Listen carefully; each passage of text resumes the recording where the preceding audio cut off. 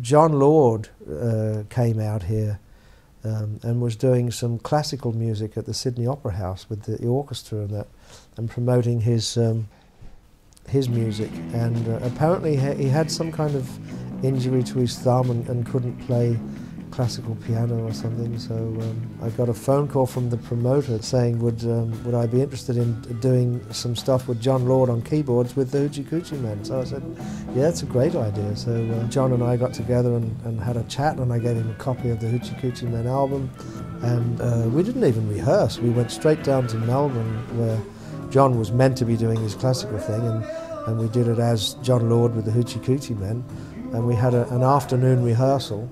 Being blues, it was a little bit more simple, but there were still arrangement things and things that we had to work out. So we worked all afternoon and then did a show that night and had it filmed.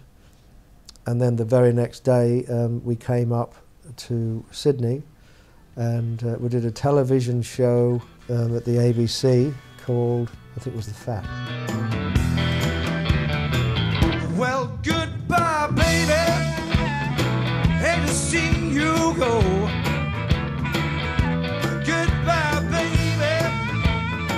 Hate to see you go. We did that live, and then we went straight from doing that live TV show to a gig in Sydney called The Basement, and played there, and that was filmed, and then they released a live DVD with John Lord with the Hoochie Coochie Men, which actually turned out quite good. I was pleased with that, pleased with the outcome.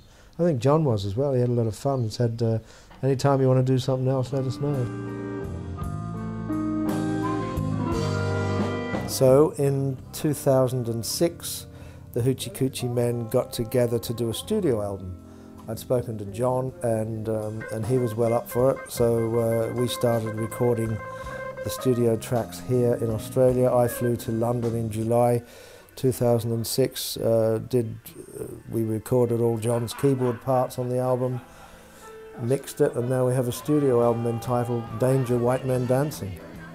And we have some guests on the album again. Jimmy Barnes did 2 tracks, Ian Gillan guested on 2 tracks, and it was lovely to see John and Ian back together, and that's worked very well. And a singer here in Australia called Jeff Duff, great singer, did 2 tracks. And everybody's very, very happy with it.